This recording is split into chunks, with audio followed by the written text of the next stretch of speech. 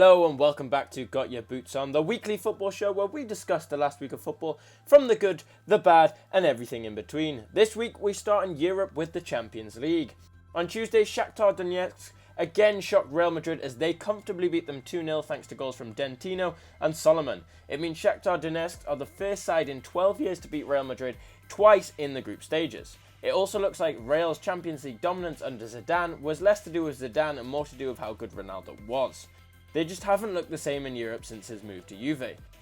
And Real have actually lost more group games since Ronaldo left than they did in the 9 years he was there.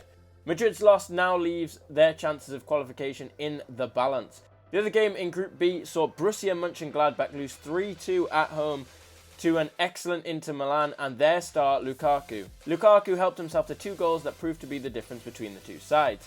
It now leaves the group looking like this. It means all 4 teams can still qualify for the knockout stages. It's just too close to call. Who do you think it will be going through? Let me know in the comments down below. Also on Tuesday, Liverpool secured their qualification to the next round and top of the group as Curtis Jones scored the only goal of the game.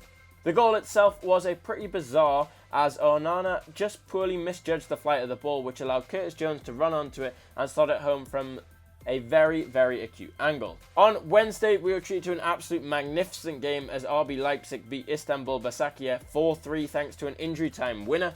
Leipzig had opened the scoring in the 26th minute through Poulsen and then doubled their lead on the 43rd minute thanks to Mukiele. But just before halftime, Basaksehir gave themselves a lifeline with a goal from Kvaratskhelia.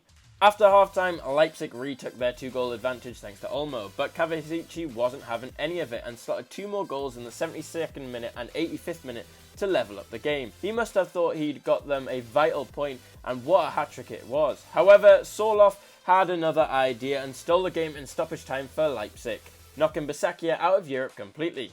The other game in Group H saw PSG prove why they were in last year's final as they walked over Manchester United 3-1 thanks to 2 goals from Neymar and 1 from Marquinhos. It now means that Group H comes down to the final game with all Manchester United, PSG and Leipzig having 9 points. You'd probably have to say PSG are all but through as they have to face Basaksehir, whereas Man United and Leipzig will play each other in a straight shootout with the winner guaranteed to go through. Also on Wednesday, we saw the first ever Champions League match that was reffed by a woman. Stephanie Frappart was the ref, and you might remember her, she reffed the Super Cup last year. She did a superb job, and it's something that I hope happens a lot more in football and the big competitions. But the big story from the Juve game was that Cristiano Ronaldo scored yet again. This time it was his 750th goal.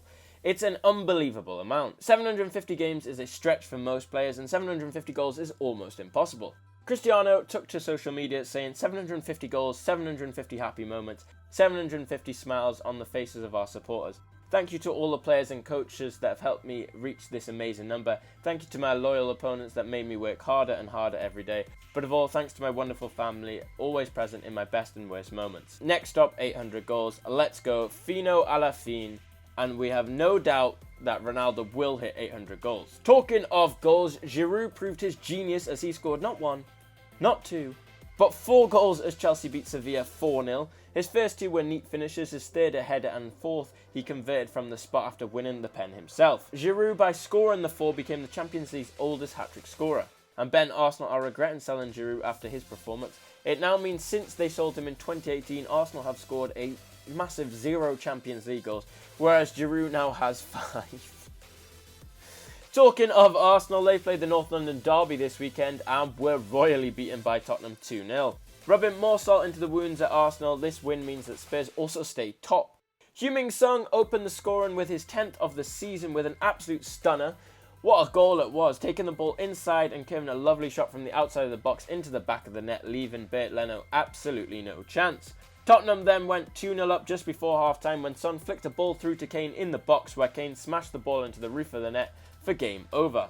Tottenham are really playing well this season and the duo of Kane and Son are playing like Messi and Suarez.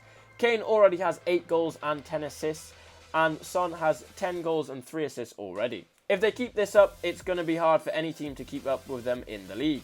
Talking of teams trying to keep up, Liverpool are keeping Tottenham company at the top of the league with 24 points as they smashed Wolves 4-0. The game was already going to be special for Liverpool fans as for the first time in 30 years, Liverpool fans could watch their team as league champions play live. And for only 2,000 fans, they made their presence known. and the Liverpool team responded perfectly. Salah opened the scoring for the Reds after an uncanny mistake from former Red Connor Cody. Then in the second half, Liverpool doubled their lead after a great counter-attack in which Wijnaldum finished it off with an absolute stunner from the edge of the box that landed straight into the top corner. Liverpool then put a third in after a great short corner where Salah received the ball and changed the angle and sent it across, which Matip happily headed into the back of the net. The fourth was a great cross from recently back from injury Trent Alexander-Arnold that had everyone lining up, but in the end tangling between Mane and Semedo's legs for an own goal. A comfortable win for the champions. However, the best news from the game was for Liverpool fans was that Adrian's time as number 2 is probably officially over. After the Wolves game and Champions League game, Kelleher has really proved he's up for the task, making some great saves and 2 clean sheets. He's got a great future ahead of him. Chelsea are keeping on the tails of Liverpool and Tottenham as they beat Leeds 3-1. The game didn't start great for the Blues as Leeds took the lead after just 4 minutes thanks to former Blue Patrick Bamford. However, the lead wouldn't last long as Giroud just keeps making Chelsea's fans' weeks better as he levelled it up. In the second half, Zuma and Pulisic put the game to bed and gave Chelsea the win. Leicester left it late to stay in the title race as they beat bottom of the league Sheffield 2-1. The game looked like it was going to be a stalemate with both sides locked at 1-1. However, in stoppage time, Jamie Vardy decided to start the party as he scored the winner to keep Leicester in the top 4. It clearly meant a lot as Vardy also somehow destroyed the corner flag in his celebration. This guy sure knows how to party. For Sheffield, it probably looks like relegation is already sealed. They're now 6 points off the pace and still yet to find a win after 11 games. Chris Wilder must be getting back pain from all the stress because he's got quite the mess to sort out. Talking of back pain, Bruno Fernandes is said to have severe back pain after yet again carrying Manchester United. Man U were 1-0 down at half-time and Bruno was brought off the bench to save them yet again. Within 20 minutes he'd assisted Pogba for the equaliser.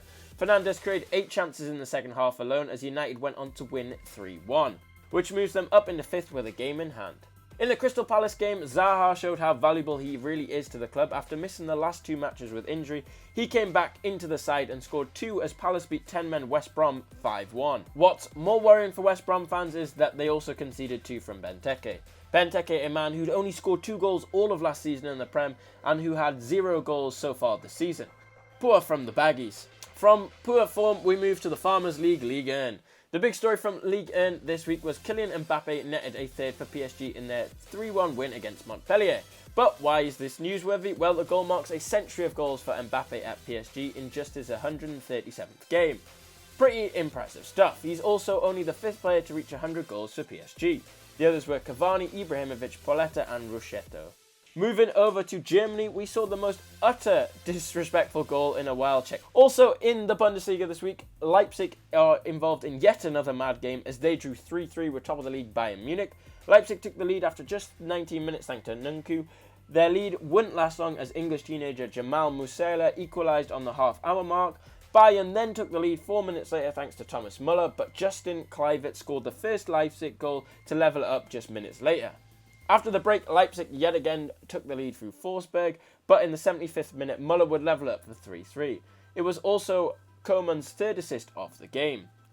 Moving back to England this week saw the FA Cup 3rd round draw. 8th tier side Marine got a tie that they could have only dreamed of before the draw was made. They will be playing top of the league Tottenham in the 3rd round, with the Marine boss saying it's an unbelievable draw. Good luck to them and their cup journey. Now it's time for some fun stuff on social media. This week I came across what might be possibly the best account on Twitter yet, and no, it's not my own. Nope, it's the No Context Matip. This account has some of the very funniest clips and photos of Joel Matip, so if you want a good laugh and smile, go check them out. I'll leave a link in the description. And that's all this week. If you enjoyed this video, make sure you hit that like button and share this video on social media. Tell us what you thought of the week's football in the comments down below. If you're new to the channel, why not hit that subscribe button for more football videos every week. If you're subscribed and mint like that, make sure you click that bell button so you don't miss any new videos. Thanks for watching and we'll see you soon with another video. Alongside my speed.